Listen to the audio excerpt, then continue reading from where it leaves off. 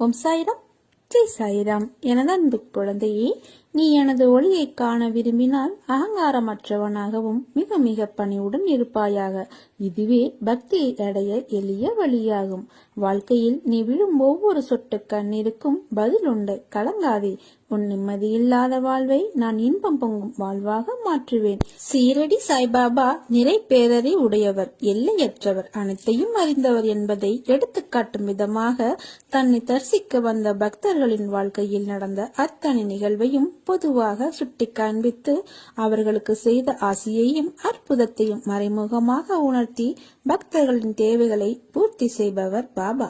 பாபாவின் உதியை நம்பிக்கையுடன் பூசிக்கொள்பவரின் வாழ்க்கை பாதையில் உள்ள அனைத்து தடைகளும் உடனே விளக்கப்படுகின்றன. காலை ஸ்நானத்தை முடித்த பின் எவர் ஒருவர் தினமும் நெற்றியில் பாபாவின் உதியை பூசிவிட்டு சிறிது உதியை பாபாவின் பாதத்தீர்த்தத்துடன் கலந்து அருந்துகிறாரோ அவர் பரிசுத்தம் அடைகிறார், புண்ணியம் சேர்க்கிறார். அது மாத்திரமின்றி பாபா உதியின் மேலும் ஒரு விசேஷமான குணம் என்னவென்றால், இதை இட்டுக் கொள்பவருக்கு பூரணமான ஆயுளை அளிக்கிறது.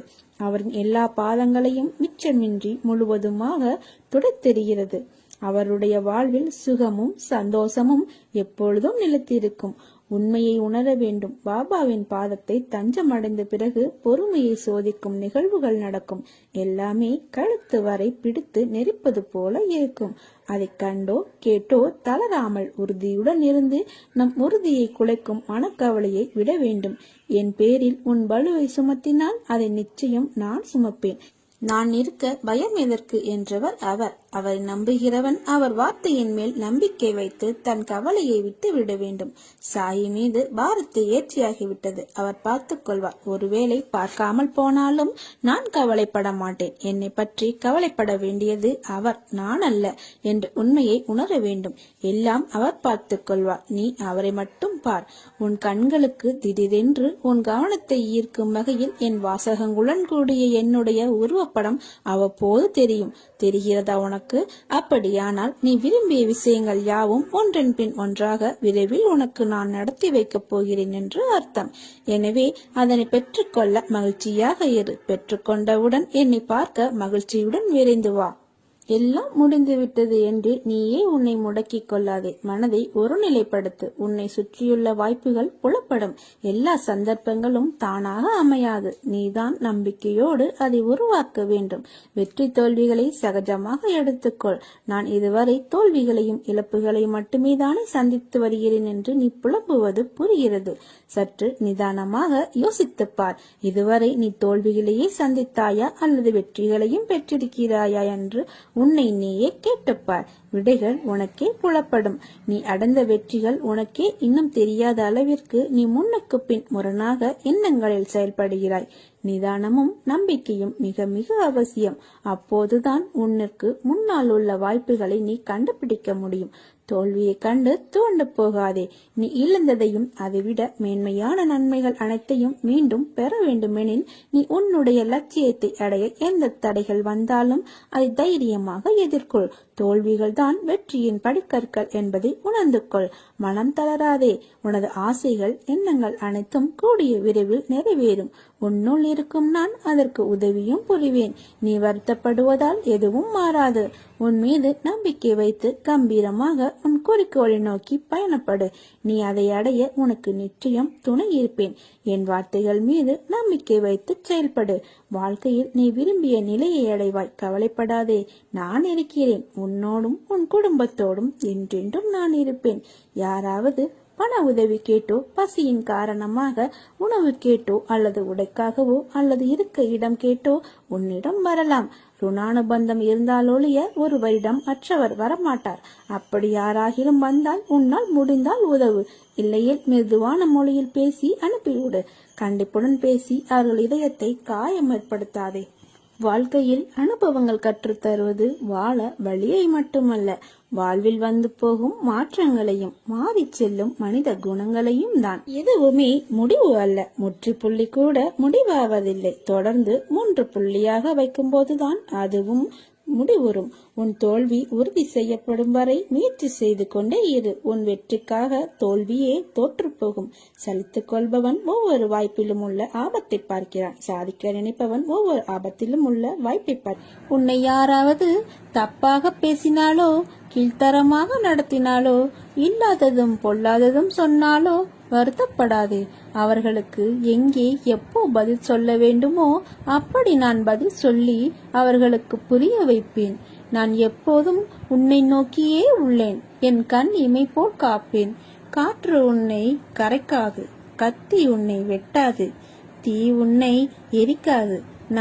நான் சர்வ சக்தி வாய்ந்தவன் என்று நினைத்து உன் லட்சியத்தை நோக்கி போய்கொண்டே இரு.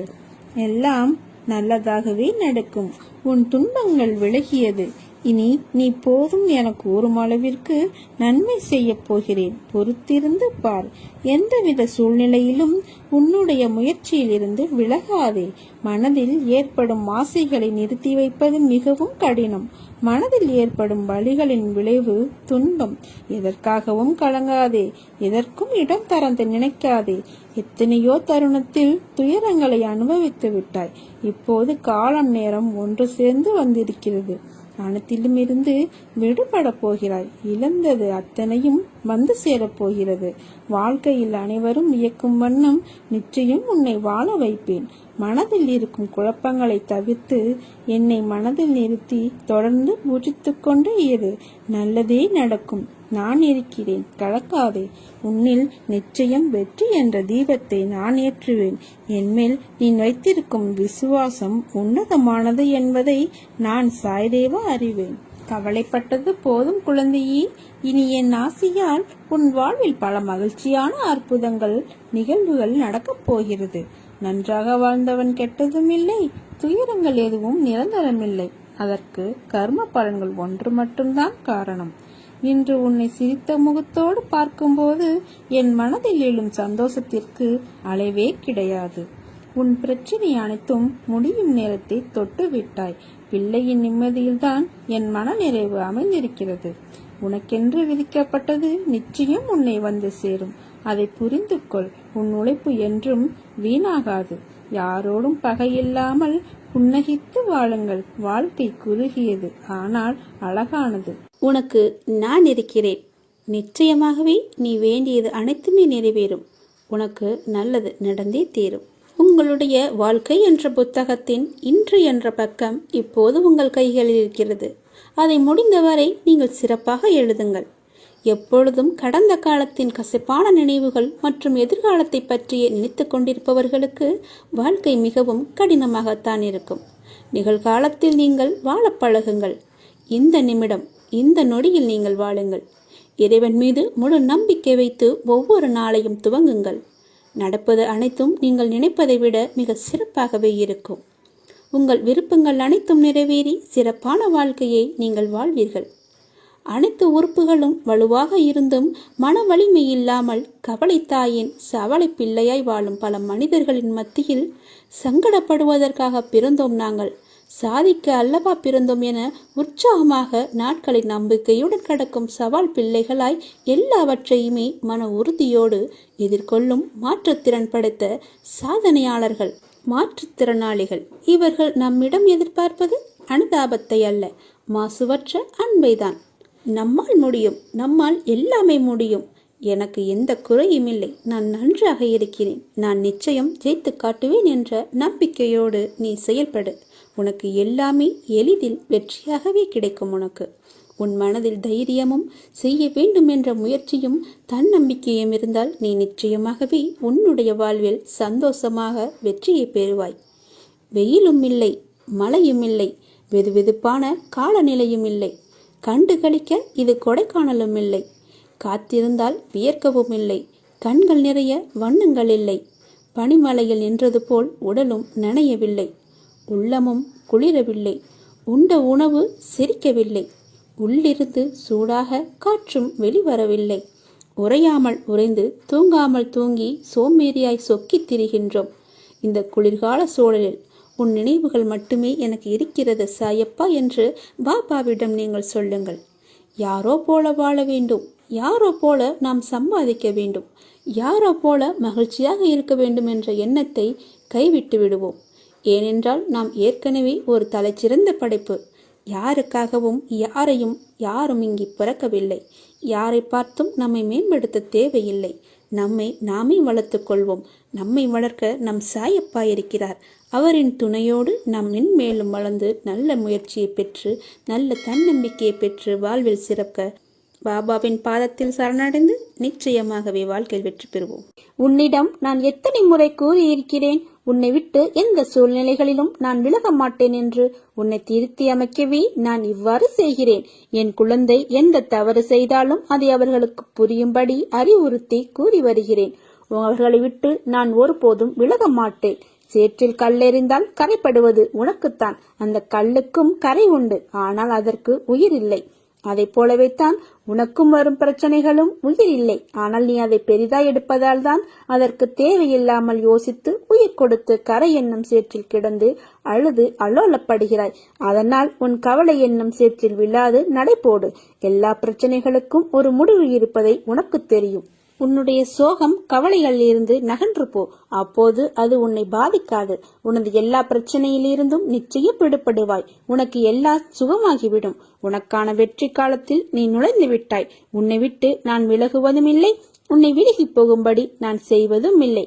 உன் அம்மாவாக என்றும் துணை இருப்பேன். சாயை நம்பியவர்களுக்கு அழைக்காமலேயே அவர் வருவார். வேறு உருவத்தில் தோன்றுவார். தம் பக்தர்களுக்கு கடமைப்பட்டவராக இருப்பார். ஒவ்வொரு படியிலும் பக்தர்களுக்கு உணர்வூட்டி காப்பார். சாயின் பெயரை அழைக்கும் எவரும் உதவியின்றி தவிக்க மாட்டார்கள். நிச்சயம் காப்பாற்றப்படுவார்கள். என்னிடம் பிரார்த்தனை செய்த பிறகும் பிரச்சனை தீரவில்லை என்றும் இருந்த நிலை அதிகமாகிவிட்டது என்றும் அவசரப்பட்டு முடிவு செய்துவிட வேண்டாம். கால்களில் தைத்துவிட்ட முள்ளானது கடுமையான வேதனையை தரும். இரவு பகலாக உறங்குவதை கூட தடுக்கும். இதை அப்புறப்படுத்த வேண்டுமானால் வேறு ஒரு முள்ளை கொண்டு தைத்த முள்ளை சுற்றி பல முறை குத்த வேண்டியிருக்கும். முள்ளை ஆட்டி பார்க்க வேண்டியிருக்கும். அப்போது வலி உயிர் போவது போலிருக்கும். ஒரே ஒரு முறை குத்திய முள்ளே கொடிய வேதனை தரும்போது அதை எடுக்க பல முறை குத்தப்படுகிற நிலையில் வலி கூடுதலாகத்தானே இருக்கும். ஒரு முள்ளின் வலி உனக்கு பாதிப்பை உண்டாக்கும் என்பதையும், பல முறை குத்துவதால் வருகிற வலி அதை நீக்குவதற்காக தானே அன்றி காயப்படுத்துவதற்காக அல்ல என உணர்ந்து கொள்வாயாக. கஷ்ட நிவர்த்தி வருவதற்கு முன்னால் அதன் தொல்லை மிகவும் தாங்க முடியாத அளவு தெரியும். பாபா கைவிட்டு விட்டார், இனி யார் காப்பாற்றப் போகிறார்கள் என நினைப்பீர்கள். பயப்படாதீர். என் பக்தர்களுக்கு நான் துர்க்கதியை எந்த நிலையிலும் பரிசாக தரமாற்றேன். எந்த சூழ்நிலையில் இருந்தாலும் என் பக்தனை காப்பது என்னுடைய கடமை. என்னுடையவனான உன்னை என்னை விட்டு விலகி செல்லும்படி விடமாட்டேன். பொறுக்க முடியாத அவதியும் அதையொட்டி உன் மனதில் எழுகின்ற கோணல் சிந்தனைகளும் உயிரை மாய்த்துக் கொள்ள நினைக்கும் எண்ணமும் என்னை மன வருத்தமடைய செய்கின்றன. உனது துக்க குப்பைகளை மூட்டை கட்டி தூர போட்டுவிடு. எனது பாதங்களை பற்றிக்கொள். நான் அனைவருக்கும் கருணைமயமான அன்னை என்பதையும், ஒரே ஒரு முறை கூவி அழைத்தாலும் ஓடி வந்து அணைத்து உச்சி முகரும் தாய் என்பதையும் மறந்து விடாதே. உனக்கு என்ன தேவை என்பதை நான் முற்றிலும் நினைவில் வைத்திருக்கிறேன். உன்னை துன்ப சேற்றில் மூழ்கிவிட ஒரு காலம் சம்மதிக்க மாட்டேன். உனது துக்கம் நிச்சயமாகவே மகிழ்ச்சியாக மாறும். உனது வாழ்க்கை சீர்படும் காலம் விரைவில் வரும். இதற்கு முன்னால் நீ கடந்து வந்த கடினமான பாதைகளை சற்று நினைத்துப்பார். அதிலெல்லாம் உன்னை தூக்கி சுமந்து காப்பாற்றி வந்தேன். இனியும் அப்படியே உன்னை காப்பாற்றுவேன். உனக்கு சோதனையாக தெரிகிற இந்த காலத்தை மனதில் வைத்துக் கொள்ளாதே. எனது அற்புதங்கள் இனி உன் வாழ்வில் நிகழ்வதற்காக ஏற்பட்டுள்ள ஒரு வழிதான் இந்த சோதனைகள். வாழ்க்கையில் சலிப்பும் வெறுப்பும் கொள்ளாதே. மனம் புண்ணாகி போனதை என வருந்தாதே. இதோ என் மென்மையான கரங்களால் உன்னை வருடிக்கொண்டு உன் பக்கத்தில் தான் நான் உனக்காக இருக்கிறேன். மிக விரைவில் உன்னை பொன்னாக்கும் நாள் வந்து கொண்டிருக்கிறது. என்னுடைய உதி உன்னை எப்பொழுதும் காக்கும். உனக்கு நல்ல காலம் பிறக்கப் போகிறது. இனி எல்லாமே வெற்றிதான். நீ வெற்றி பாதையில் பயணிக்க துவங்கிவிட்டாய். நீ எடுக்கும் ஒவ்வொரு அடியும் நல்லதே நடக்கும். இவ்வுலகில் தூற்றுவோர் இருந்து கொண்டேதான் இருப்பார்கள். அவர்களையெல்லாம் நீ கண்டு கொள்ளாதே. அவர்களால் உன் மனம் என்பது இப்போது கனத்த அமைதியுடன் இருக்கிறது. உன் மனம் இப்பொழுது அதிக பாரமாக இருக்கிறது. இந்த பாரத்தை கொண்டு போய் எங்கே இறக்கி வைக்குவது என்று தெரியாமல் தவித்துக் கொண்டிருக்கிறாய். சில நிகழ்வின் வெளிப்பாடுதான் உன்னுடைய மனதை பாதித்து இப்படி நீ நொறுங்கி போயிருப்பதற்கு காரணம். அவற்றை எல்லாமே நான் சரி செய்யத்தான் நான் வந்திருக்கிறேன். அதை சரி செய்ய நான் இருக்கிறேன். உன்னை நான் மறந்துவிட்டேன் என்று ஒருபோதுமே நினைக்காதே. என் உயிர் நீ. நான் என் உயிரை எப்படி மறப்பேன்? உயிர் இருந்தால்தானே நின்னால் இருக்க முடியும், என்னால் பேச முடியும். அதனால் என் உயிரை நான் மறக்கவே மாட்டேன். நீ என்னுடைய உயிரான பிள்ளை. விரைவில் அனைத்துமே மாறி இனி உனக்கு நிச்சயமாகவே வெற்றி கிடைக்கும்படி செய்வேன். உனக்கு துணையாக என்றுமே இருப்பேன். உன் மனதிலுள்ள பாரத்தை நான் இறக்கி வைக்கிறேன். கவலைப்படாதே. அந்த பாரம் சுமை தெரியாமல் உன்னை நான் பாதுகாக்கிறேன். உன்னை விட உனது பிரச்சனைகளை பற்றி உன்னை படைத்தவனுக்கு தெரியாதா? உன்னை படைத்தவன் நான் தான் என்று உனக்கு தெரியும்.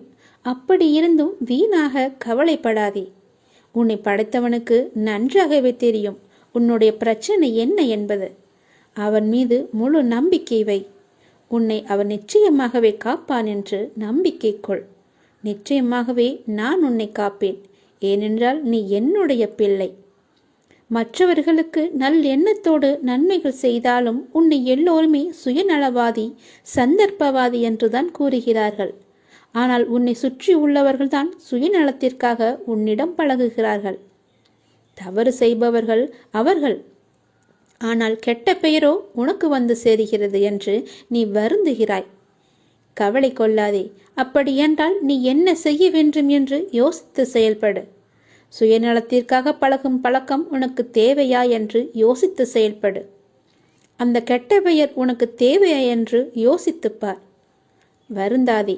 சுயநலம் கொண்டவர்கள் என்று யாரையும் குறிப்பிட்டு கூற முடியாது. ஏனென்றால் இன்று நன்மையாக உனக்கு தெரியும் அவர்களின் செயல்கள் நாளை உனக்கு தவறாக தெரியும். அதற்காக அவர்களின் செயல்களையும் நம்பிக்கை துரோகத்தையும் நான் சரி என்று கூறவில்லை. இங்கு வாழும் எல்லோருக்குமே ஏதாவது ஒரு எதிர்பார்ப்பு யாரிடமாவது இருந்து கொண்டுதான் இருக்கிறது.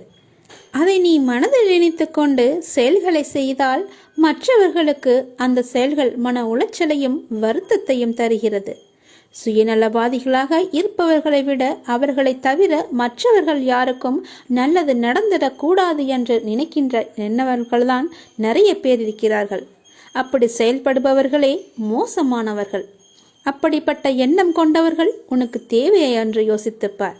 அப்படியென்றால் நீ இப்போது நன்றாக இருப்பது அவர்களுக்கு பிடிக்கவில்லைதானே? அப்படிப்பட்டவர்கள் உனக்கு தேவையே இல்லை. இவ்வுலகில் வாழ்பவர்கள் எல்லோருடைய உயர்வும் மேன்மையும் வீழ்ச்சியும் மாற்றியும் அவர்களுடைய வார்த்தைகளிலும் செயல்களிலும் தான் குடியிருக்கின்றது. அதை வைத்துதான் நீ அவர்களிடம் நட்பு கொள்வதா வேண்டாமா என்று முடிவெடுக்க வேண்டும். உனக்கு நம்பிக்கை துரோகம் இழைத்தவர்களை பற்றி நீ கவலைப்படாதே. இவ்வுலகில் என்றுமே நேர்மையாகவும் உண்மையாகவும் வாழ்பவர்களுக்கு தீங்கு விளைக்கும் வகையில் செயல்புரிபவர்களுக்கான வினை பெரியது என்பதை நீ மறந்து விடாதே. தாமதமாயினும் அவர்கள் நிச்சயமாகவே அதற்குரிய பலனை அனுபவித்து தருவார்கள். இது உனக்கும் பொருந்தும். எனவேதான் எதை செய்வதற்கு முன்பும் ஒரு முறை பல முறை யோசித்து செயல்படு என்று சொல்கிறேன். எதை கொட்டினாலும் அள்ளிவிடலாம். வார்த்தையை கொட்டினால் அள்ள முடியாது. அதை திரும்ப பெறவும் முடியாது. எதற்குமே அஞ்சாதே. உன்னோடும் உன் குடும்பத்தோடும் நான் இருக்கிறேன். என்றுமே உனக்கு துணையாக நானே இருப்பேன். என் வார்த்தைகளை வைத்து நீ அதன்படி செயல்படு. என் வார்த்தைகள் மீது நம்பிக்கை வைத்து செயல்படு. உனக்கு துணையாக என்றுமே இருப்பேன்.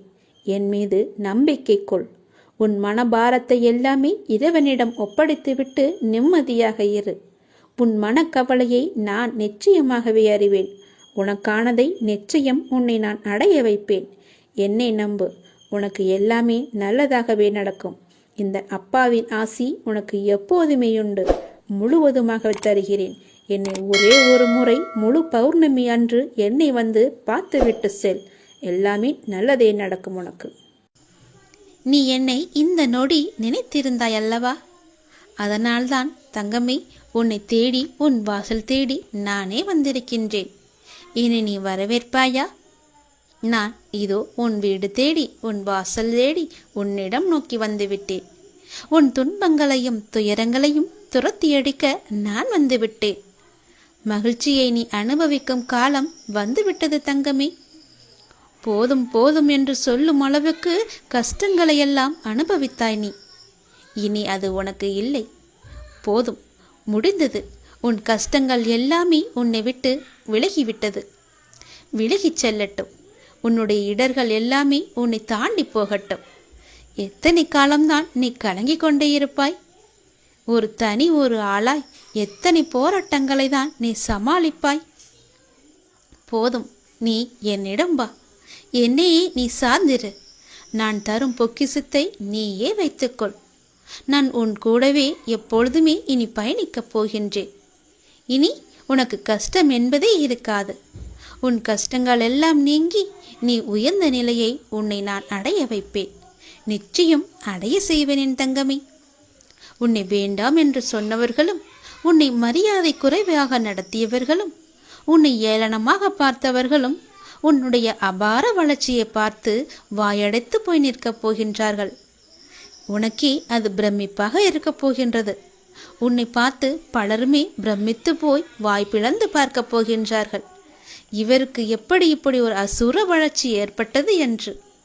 அபார வளர்ச்சியை நான் உன்னை அடைய வைப்பேன். என்னுடைய வாழ்க்கை இப்படியே கஷ்டங்கள் நிறைந்ததாக ஆகிவிடுமோ என்று உன்னுடைய மனதில் ஏகப்பட்ட குழப்பங்கள் இருந்தது. அது எல்லாவற்றையுமே இந்த நொடியே நீ அழித்துவிடு. இந்த நொடியே நீ மறந்துவிடு.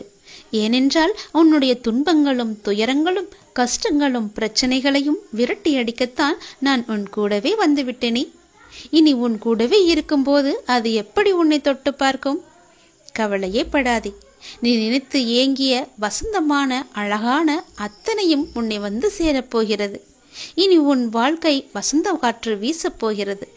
வசந்தமாகவே மாறப்போகின்றது. நீ எதிர்பார்த்த வாழ்க்கையை நான் உனக்கு தரப்போகின்றேன்.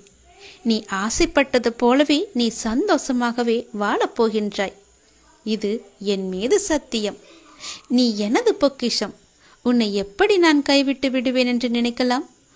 எனது பொக்கிஷத்தை பாதுகாப்பாக வைப்பது என்னுடைய கடமை அல்லவா? நீ கவலையே படாதே. நான் இனி உன் கூடவே தானே இருக்கப் போகின்றேன். இனி உனக்கு எல்லாமே நல்லதாக தானே நடக்கப் போகின்றது. இருந்தும் நீ ஏன் கவலைப்பட்டு கொண்டிருக்கின்றாய்? இந்த நொடியை அகற்றிவிடு. இனி எப்பொழுதும் உன் வாழ்வில் சந்தோஷம் மட்டுமே இருக்கப் போகிறது. நிலையாக நானும் உன் கூட இருந்து சந்தோஷத்தை அனுபவிக்கப் போகிறேன்.